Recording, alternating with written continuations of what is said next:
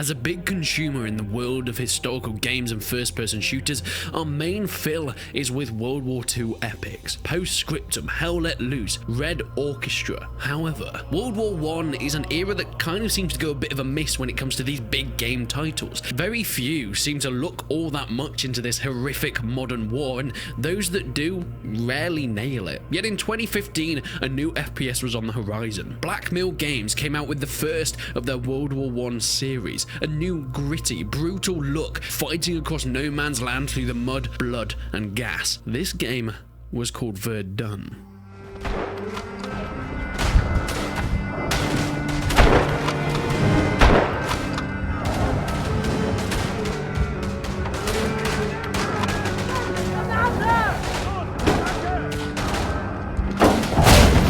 This video is going to be going over the rise and the fall of the first title in this World War I series, but I will also have an almost follow-up on the FPS channel, taking a look at how the game is faring in the setting of 2022. Is it still worth playing and how it holds up to the modern standard of games? So click the link below in order to check that out.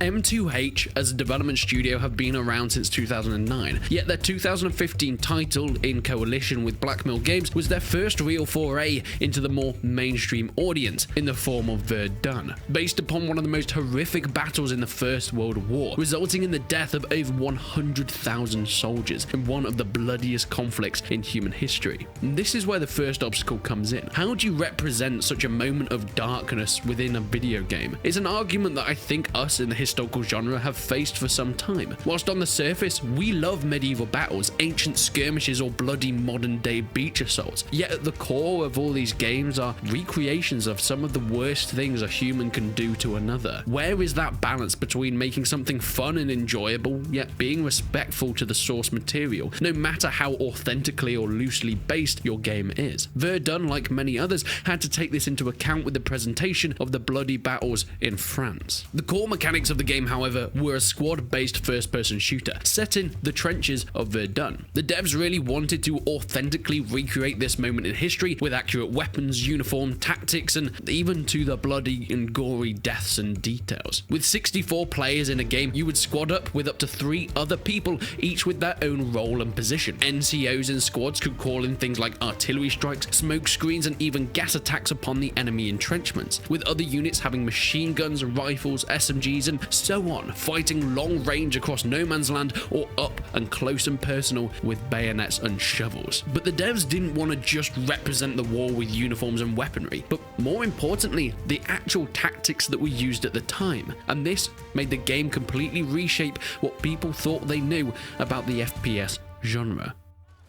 There was no running and gunning, solo army Call of Duty shenanigans, not even the Battlefield 1 style, which tried to create World War I, but didn't really have the guts to use the proper tactics that were apparent at the time. But Verdun really did. The Frontline Mode that Verdun championed put teams on multiple rows of trenches to attack and defend. One team would be on the offensive and have a time limit to advance upon the enemy and take their trench position, running over no man's land under hails of rifle and machine gun fire. NCOs would have to call in covering artillery barrages or smoke screens just to get some movement over this terrible stalemate. Then the timer would run down, a new whistle blown, and it was the other team's opportunity to attack now. The previous team would have to run back to their trenches whilst being shot at the rear to get ready to now defend their unstable foothold. It was a game of push and pull, with a completely new spin on the genre, especially when you had things like deadly snipers laying low that gave you that terrifying feeling every time you put your head over the parapet when it was your turn to advance. It really hit home,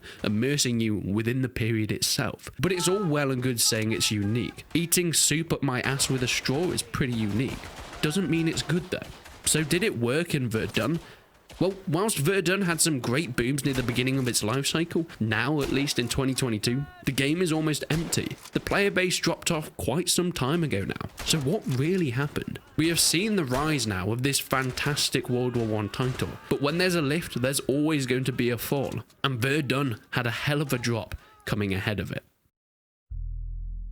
The Great War itself has so much potential when it comes to background, yet it kind of limits itself in the nature of its tactics. Just after me praising Verdun's dedication to recreating the moments of the First World War down to its core gameplay mechanics, it sure did limit itself. I love games trying something new, yet for a wider and more mainstream audience, it kind of does seem, unfortunately, that Call of Duty or Battlefield run and gun gameplay mentality is a tried and tested mechanic that people seem to love. I get it, that might anger people, and trust me, as a history fan, I always prefer the more authentic experience, something like Verdun, trying that push and pull trench warfare mechanic, but I can't deny, that's not the mainstream outlook on a quick FPS experience. Furthermore, there is definitely something to be said about content when it comes to multiplayer only games, as the Steam charts show. Whilst there was a big player base at launch with a few spikes along the way, that's all they were, just spikes. Quick rises, but just as quick falls. You see, whilst Black Mill Games and M2H Studios were doing something new and exciting, they did somewhat limit themselves with the amount of content possible in a title like Verdun. They based the game not only on a war famous for things like stalemates and limited movements, but also, more importantly maybe, they based an entire game on one specific battle in that war. I mean, after they put the main gameplay and a few maps in there, what else is there to do? And it kind of showed, because in 2017, they released a new title, an entirely separate game based on the Eastern Front, Tannenberg. The mechanics were almost identical, yet of course with the introductions of the Russians and a big focus on bots to fill out the game's servers. It was a much more open game due to the nature of the battlefield on the Eastern Front, and it offered itself to a much more typical approach to that FPS gameplay that we've seen before. Way more movement and much less of the frontline push and pull trench warfare. Personally, I much preferred that game to Verdun, yet we started to see a trend here. The developers now called this the World War I series of games. It seemed like they were going through all the famous World War I battles and making an entire game out of a specific conflict. Is that a bad idea? Not really, especially since they were good and fun games, yet I do think it hurt the individual titles. Basing each full game on one battle of the First World War meant that the content in these games lacked saturation. This was only exacerbated more with the recent announcement of their next title, Isonzo.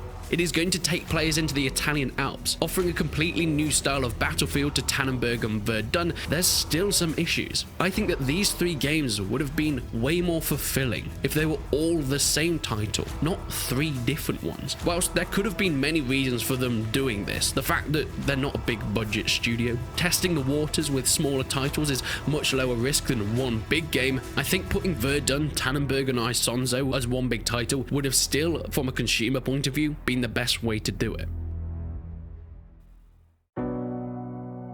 Yet whilst all these things are possibilities, it may have contributed to the lack of players and overabundance of bots now filling up the servers of Verdun and, more notably, Tannenberg. Of course, this will always happen with a multiplayer title, and I'm sure it was always in the back of the minds of the developers. Make a fun game with a relatively short lifespan, and then work on the next one. Release a full new game on a different battle of World War I. It's a smart business decision, really. You're able to use the same engines and gameplay elements, but bring in a whole new audience and almost refresh the title. Either way though, Verdun was brilliant on launch, and despite its lack of player base now, Isonzo is on the horizon to pick up the pieces and relaunch that player base in a completely new direction, fighting in completely new terrains and new styles of warfare. But let me know what you think. Is there any specific reason for Verdun heading that way, or is that just the life cycle of a typical multiplayer only FPS? Let me know in the comments below. But go and check out my FPS channel if you haven't already for part 2 of this video. But until then, I will see you in the next one.